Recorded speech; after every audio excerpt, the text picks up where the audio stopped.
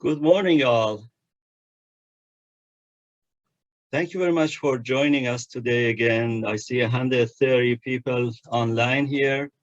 Welcome to the forum. I wasn't sure if today is the first day or second day of fall. I was told it's the first day. Happy beginning of fall. Hopefully we would start getting some rain here. That's what's needed.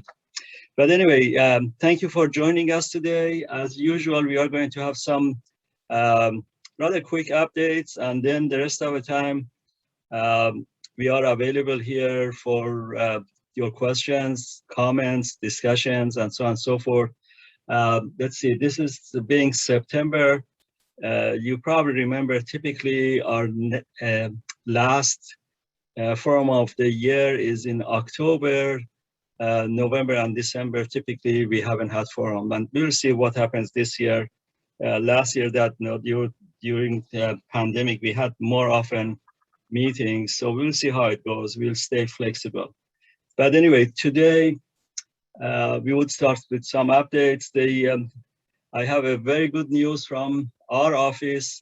The vacant position of Associate Vice Chancellor for Research, which my office, the IRB, and so on and so forth, that you deal with reports to, has been filled. We have Ms.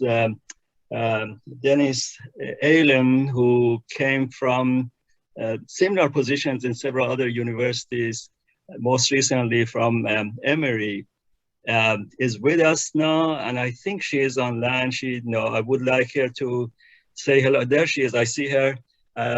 Denise, would you please, I think you are in the best position to tell us a little bit about yourself and how happy you are that you are here now. Thank you, Ahmad. Yes, good morning, everyone. I am very, very excited to be here. I'm still in the process of relocating to California from Georgia. As Ahmad mentioned, most recently, I was the Assistant Vice President of Research Administration Services at Emory University. Prior to that, I was also the Director of Operations for that same unit, focused on policies and procedures and all of the training initiatives for research administration. Before joining the Emory University team, I was at the University of Wisconsin Whitewater campus as a director of an office of sponsored programs, which included all of the same service areas in the portfolio as I will have here at Davis. And I was there for over 20 years. I'm most excited about returning to a public institution that's part of a system. I really enjoyed that experience when I was at the University of Wisconsin, and particularly to join a team of this caliber. I've heard so many wonderful things about all of the Davis Research Administration staff. So I'm very excited, and I look forward to meeting all of you. I will be scheduling one-on-one meetings with everyone as soon as I get a little bit settled, and hope to join some of your staff meetings so I can learn from you. You all are the local experts, and I have so much to learn as part of my onboarding. So I hope that to have an opportunity to meet with each of you. And thank you again, Ahmad, for letting me introduce myself. It's wonderful to see all these happy faces so early on a Wednesday morning. Thank you very much, Denise. I think maybe I should make a slight point of clarification. There are 150 online here. We have colleagues from all over the campus. I don't think you want to have one-on-one meeting with everybody on campus. Maybe you want to have to, but definitely with members of our office, the ones who through different levels report to you. Yeah, just that would be great. We have colleagues from the departments. A lot of the people online, there are colleagues from departments that we would work with. I'm sure you would hear from.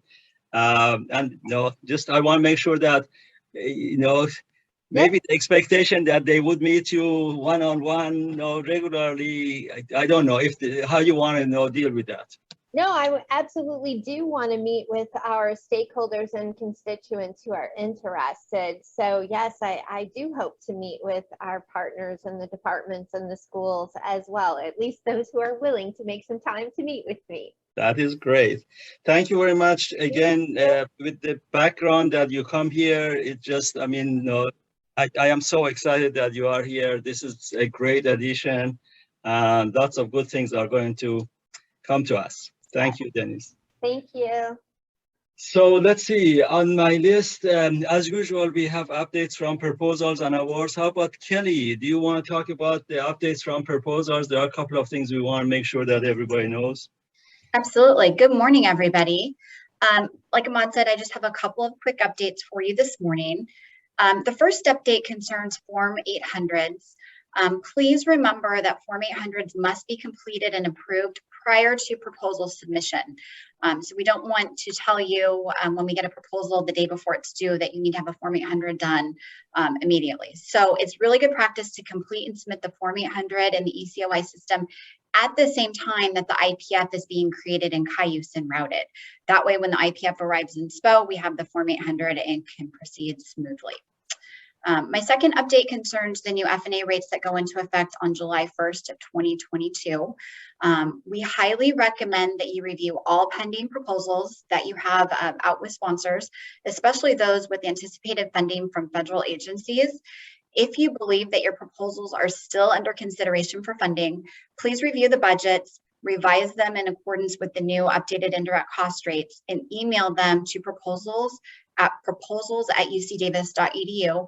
That way we can submit a JIT request with the revised budget to the sponsor for consideration in an effort to mitigate any budgetary impact to direct costs at time of award. And as a reminder, there's no need to act on any pending proposals with NSF funding. Does anybody have any questions? No?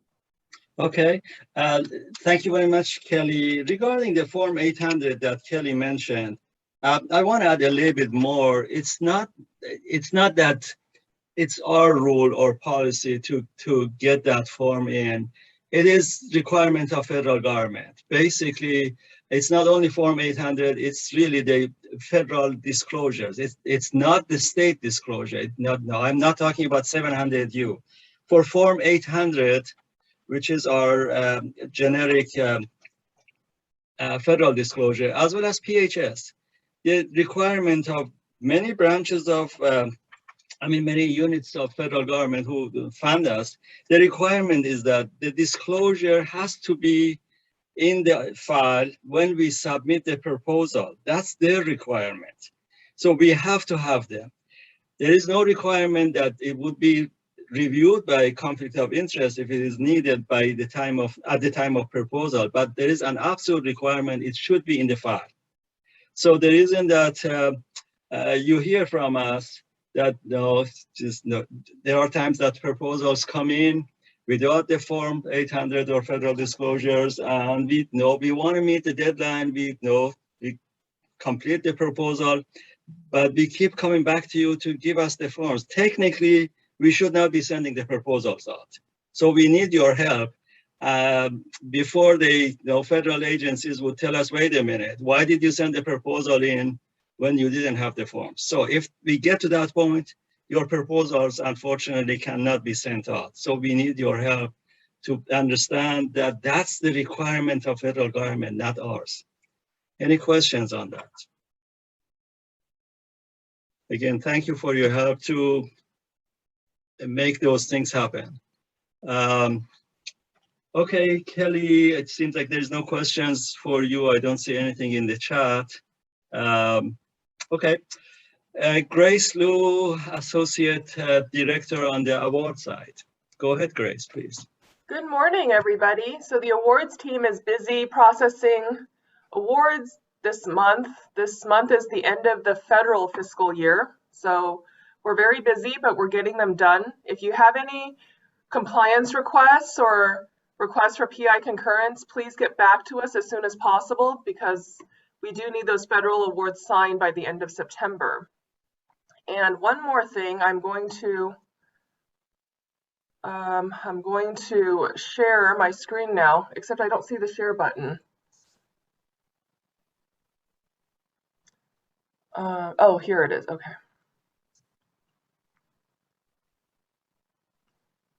Do you guys see that? the COVID affirmation addendum. So Yep. this is just to let everybody know on the awards team, we're starting to get a few of these, and I don't know if we will get more. I suspect we will. Sponsors are starting to send us something called a COVID-19 affirmation addendum. And what that is the sponsor basically sends out this one letter to everyone who has a contract with the sponsor. And they're just saying that you are required to make sure your employees follow all of these protocols. And then at the end, I've also highlighted that we have to flow these terms down to our subcontractors. And at the very bottom, I highlighted contractor understands and agrees that this COVID addendum shall be incorporated in all contracts between the sponsor and the contractor in effect as of the date, such and such date. So basically, these are retroactive, unilateral amendments to all of our contracts. They're non-monetary amendments. So what we will do when we see one of these is look for all active awards with the sponsor and then add this non-monetary amendment onto the awards. And then the sub-award team will also have to notify our subcontractors of these additional terms. So this will not affect the terms of, the funding of your award. And I looked through this one especially, and I think there was another one. The university policies regarding social distancing and testing should meet these, but maybe there will be some weird terms in future COVID addendums that we don't meet. I don't know, but if that's the case, we'll have to discuss how your team could meet them. But basically, we agree to abide by local mandates, we agree to symptom assessment, wearing face masks, those types of things. Okay, so I just wanted to bring this up to you if you guys get copied on emails saying that we have this addendum and we're making the amendment, you'll know what it was about. Don't freak out when you see such emails. Okay. This time I'm going to stop share. Grace, there's a question. Which sponsors are sending these out? Well, non-federal and non-state right now. Okay, so I'll just say that. Well, in the same area, actually, aside from the, what Grace is sharing, we have received specific requests from one agency or whatever I call it. It's from one of the national labs that they ask us to identify individuals who have access to national lab and verify that they are vaccinated. And if they are not, and there are certain requirements, if they are not vaccinated, actually, that I think in the middle of October, we have to return their badges. So, it's just there are lots of different requirements that are going on. There is some interference I'm hearing. I don't know. I hope you are hearing me.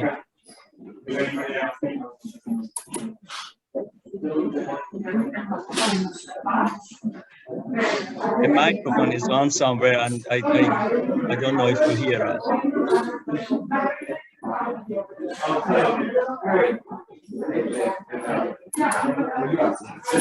Can you hear?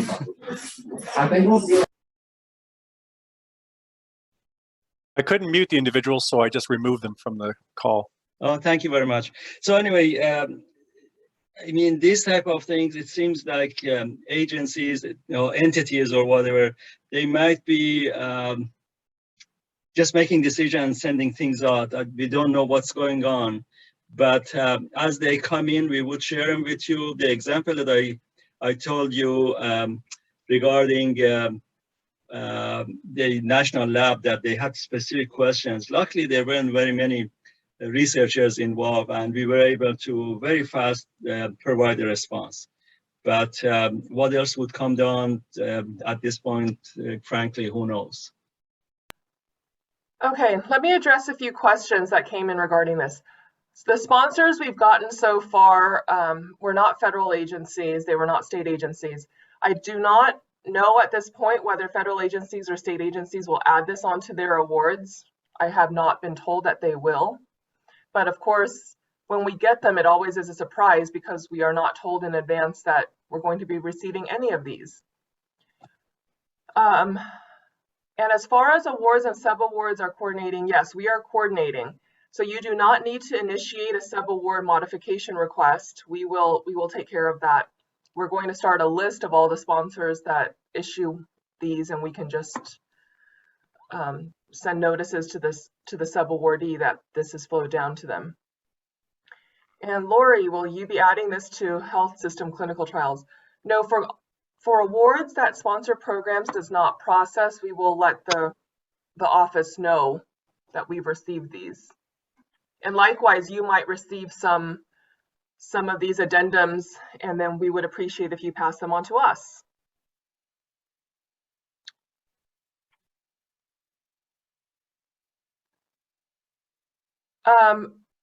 Okay, so Corrine, I'm going to read your question to me. Is there an estimate for how long a grant to transfer from one university to UC Davis? We have a new professor expecting him to take just a few weeks. Is there anything the department analyst at UCD can do to help the process along? When can we ask for an advance account? So what you're asking for is that the grant be terminated from the professor's previous institution. And then once that grant has been terminated, UC Davis has to put together a proposal package to send to the sponsor on behalf of that professor. So I don't know where in the process you are. When can you ask for an advance account? Once the proposal has been submitted to the sponsor by UC Davis and the sponsor has told UC Davis that award will be forthcoming, that's a firm commitment that the award is forthcoming, at that point you can ask for an advance account. But you can't ask for an advance account when the professor says, I'm coming, or when the award is in the process of being terminated, or when the award has just been submitted. We need a firm commitment from the sponsor that the award will be reissued to UC Davis. That's the point at which the advance account can be requested. So I don't know where in the process you are, but you know, UC Davis is only a small part of that process. We can't help what the previous institution is doing. We certainly can't help what the sponsor is doing. Okay, anything else for awards? No, these are great questions. Thank you, Grace, regarding that. I mean, explaining that, the wording that Grace is using, firm commitment, that is a buzzword from the policy from UCOP. It's not ours. And firm commitment, the way they define it in UCOP policy, is something more than, yes, you would get your award, that no, a discussion between the PI and the sponsoring agency. It has to be a document which says that the award is coming to UC Davis. It doesn't have to be the sign award, or if it is unilateral, the award itself, but it has to be, the wording of UCOP says that something more than, yes, believe me, award is coming. So that's what we need. That's a document we need. And that representation has to be made to our office, not just to the PI saying that, yeah, trust me, award is coming. So that's the definition of quote unquote firm commitment by OP. Okay, if there's no more questions there, I am sure James is just waiting to tell us about the updates in accounting. I'm just raring to go. Thank you. Good morning, everyone. Couple of updates from CGA. First, we're in the throes of the federal single audit. There are a few of you I see on the line that are already involved because some specific awards have been selected, and thank you for your help as we're working through this. But just to let everyone know, there will be some additional requests coming through, which I don't know which awards will be selected to test things like cost transfers and maybe some other items. So if you do get a request from, it would be a request from me or Mario Reina Guerra in CGA. If you would please give those high priority, because we'd like to get the responses back to the auditors as soon as possible, should they come your way. We attempt to do as much as we can centrally, but sometimes we do need to reach out to the departments to get some additional information. So that's one little tidbit that's going on. That's a lot of fun. We enjoy. Who doesn't love to be audited? Part of the audit is bringing me to the next topic. It's kind of a timing thing. On a monthly basis, right? I trot out here and I tell you that the effort reporting system is ready to go, and we're going to have effort reports in, and everybody gets excited. And then I'm sure you sit by your email waiting for the notice to come that the effort reports are ready. Well, they are ready, and we sent the note to the coordinators yesterday to let you know that effort reports for the cycle that ended last September are available, and you can go in, coordinators, you've got a few days. We're going to release them to the PIs next Monday. So there's about 3 or 4 days here where, well, no, today's Wednesday, so 2 or 3 days for you to take a look. What I wanted to do is remind everyone, we did a presentation a little while back, but there's a little bit of a new feature in ERS that allows reports to be tagged as, am I sure? There it is. Hopefully I'm sharing a screen now. Okay, so there's this new feature under preliminary review that allows reports to just be flagged as, hey, we're looking at this, somebody's looking at this, don't certify this yet because we need to do some additional verifications. So it shows up on a couple of, when you do the search, you can see a check mark that's been applied.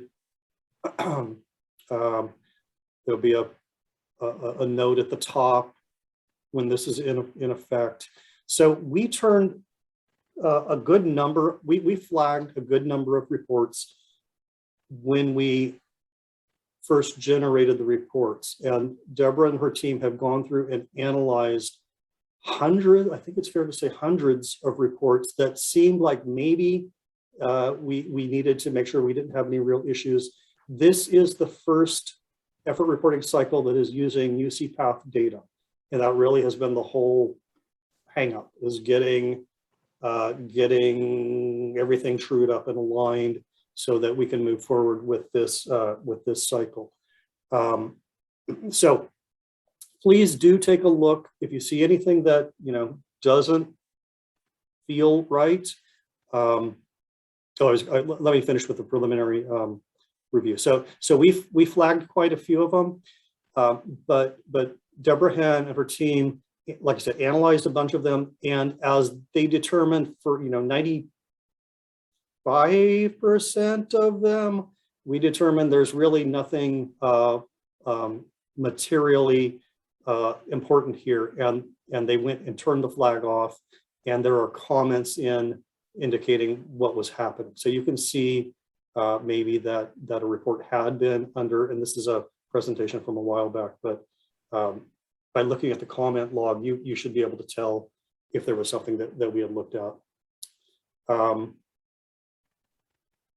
So if in looking at your reports before having your PIs go in or self-certifiers go in, if you do happen to see something that just doesn't look right, please email the ERS help desk so that we can assist and see if things are, if we need to do something extra, or if maybe they're good to go.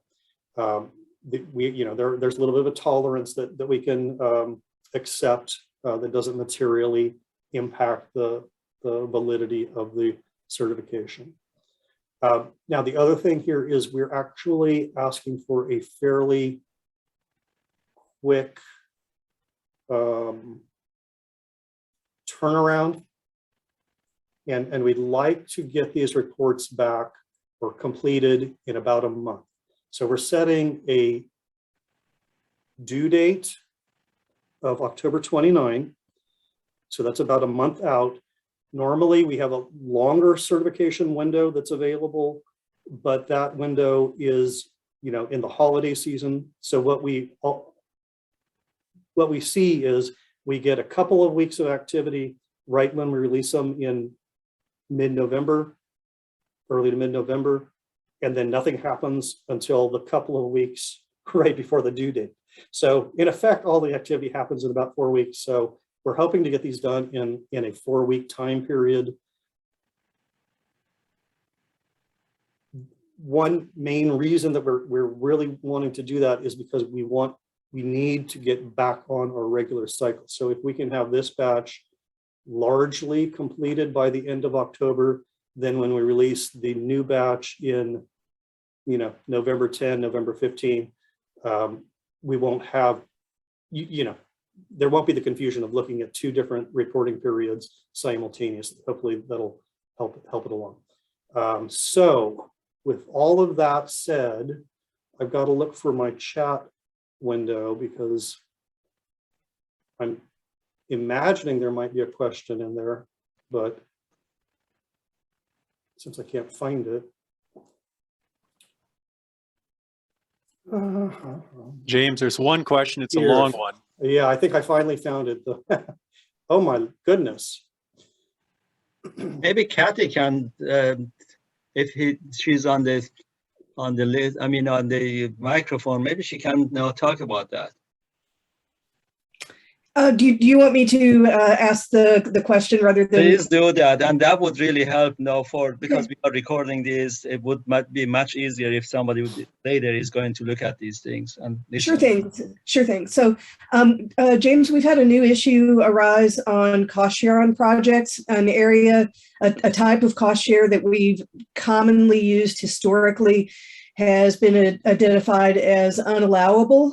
So we have projects where we committed this cost share at the time of proposal, and now during the post-award management, we can't use the cost share we'd originally identified. We of course stand behind our cost share commitments and have other ways of meeting the cost share, but we're now being told, and that we have to get the sponsor's permission to replace one cost share with another. We've never had to do this before in the past when we've had to, for some reason, provide a different cost share source, and we've never had a comment back from the sponsor on doing this. So I'm wondering if this is the need to get sponsor permission is something new, something that no one ever informed us of before. Yeah, I'm not familiar with this situation. Sounds like we might have a little bit of an outlier circumstance here. So, there's been no change in the way we're approaching cost share and trying to capture that in the system. So let's maybe just take this one. Can we just take this one offline and I'll follow up with you after this. Again, it's not, nothing's changed. I mean, maybe this agency or this particular sponsor is doing something different. So I need to really understand what's driving this. Okay, should I reach out to you or to Francisco? Well, that's a good question. Reach out to me. Francisco is taking a well-deserved vacation. He's in Europe, so I don't know that he's going to want to talk about cost share from Brussels, although it might be a nice break for him. All right, thank you. I'll take it offline. Yeah, but also please, if you email, include Deborah Henn on that email, please. Okay, thank you very much. Great, thank you. I see a question from David Rifkin from School of Medicine. I don't know who would take that, but at the end of the question, it has to do with terms and conditions that are hard to deal with and so on and so forth. David, at the end, the sentence you have is, how can we prevent this so terms aren't accepted that we cannot comply with? General answer to that question is that when we work on any award, before it is officially accepted on behalf of the regions, we send a request to the PI. It's called PI concurrence. The PI and department, they see the award, and if that's the opportunity for the PI and their support to see if there's something there that they are not able to comply with. That's how you can find them. So I am not sure where else we can talk about items that you cannot comply with. That's your chance to look at it. And while if there's something that we are negotiating, obviously there might be more chances to look at it. But technically speaking, from the point of view of this office, we work on awards, and as long as they are not inconsistent with the policy of university, we say that we are able to go forward subject to the final concurrence of the PI. So that's my short answer to that last sentence. So the rest of it, I don't know if you want to talk about the specifics of what you are dealing with, so we can see who can answer it. Wait, Devin, are you online? So what is the time frame your UC Path is making it difficult to comply with? Like, what's the time frame? Oh, he has no audio. UC Path makes it difficult to comply with a 6-month time frame. I'm being facetious, but UC Path has been a real issue for everyone getting those final transactions in.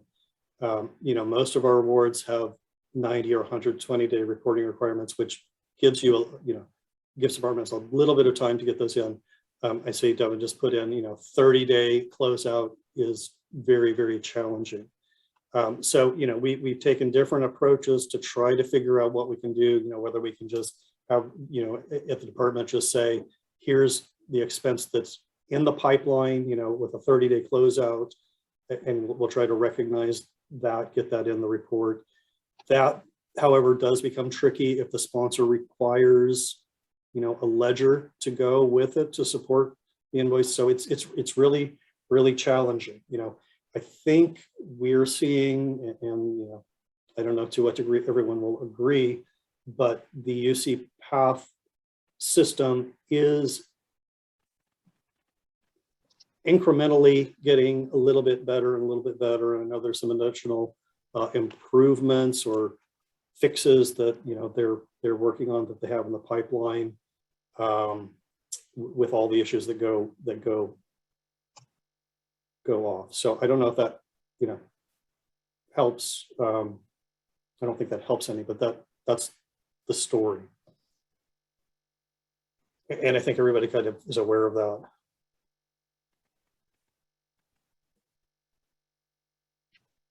Okay.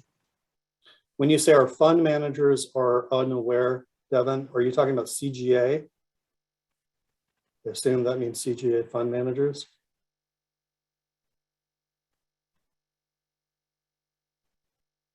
I'm getting some notes from my staff saying that we always work with departments. So we'll have a conversation here in CGA just so that we're all on the same page, and make sure that we're understanding the obstacles that you and the department are up against. That's not to say that you guys don't need to be on top of it to the utmost degree, because we're all struggling with this. So pushing together, maybe we can get the reports done on time. Let's see more chat. Okay.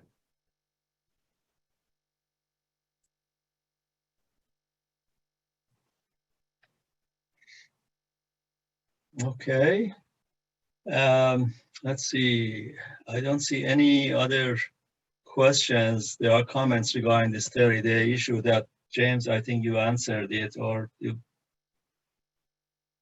Anything else from anybody? Any questions, comments? IRB, do we have anything from IRB, John? Sir, as always, we are running like a well-oiled machine. Nothing other than can be expected when you are running something. all is well. We're dealing with the normal stuff and looking at some of the practices we had during the height of the COVID crisis and making those a little more robust. But other than that, it's business as usual. Thank you. Thank you. Yes, sir. I don't think we have any representation from our tech transfer licensing areas and on the conflict of interest type of things. I think no, things are going fine. Oh, we have, I don't know, Robin, do you want to say something? I see Robin coming in. No, I'm just attending. Okay, thank you. Thank you.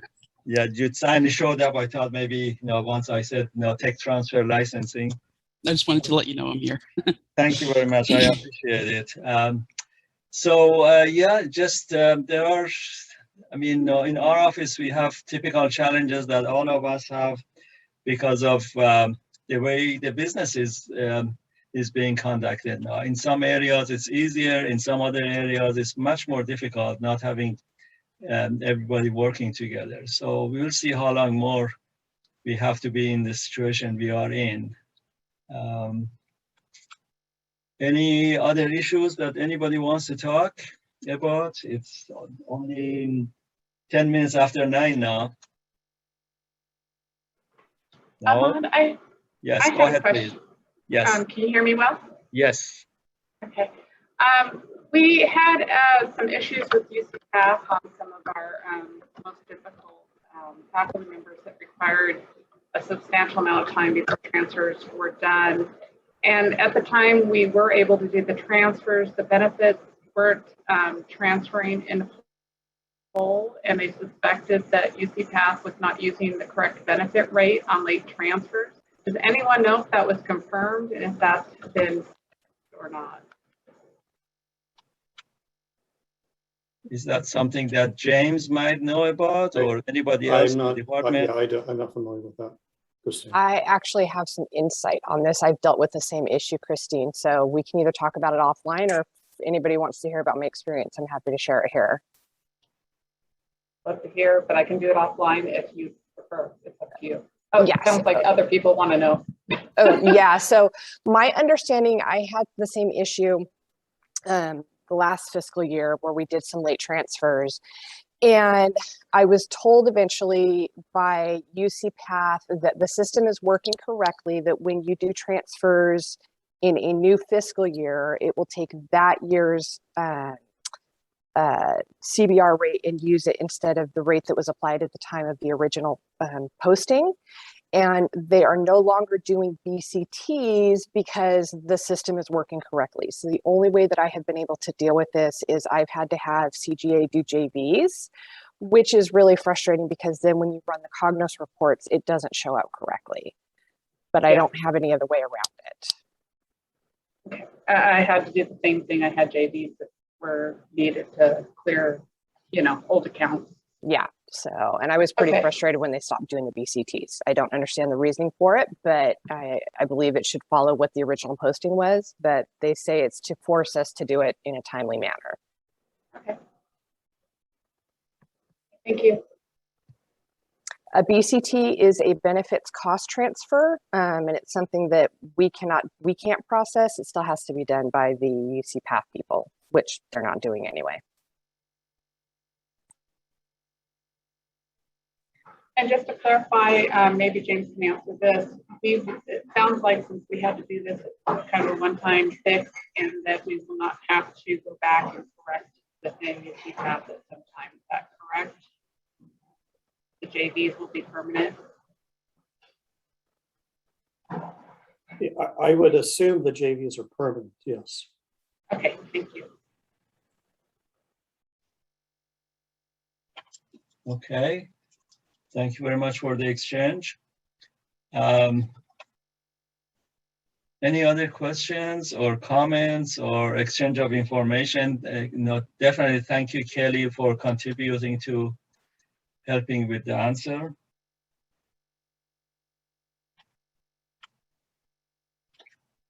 Let's see, there no chats are, there's nothing more really. Okay. If there's nothing else, we can stop. Last chance, last call. Well, thank you very much. We'll meet next month in October. And again, remember, unless if something changes and we decide collectively that we would have more meetings, October is typically the last meeting of the year for us.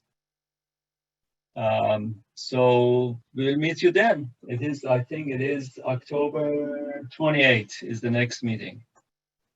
Thank you. Have a great day. Let's go back and take care of the business and provide service to our researchers.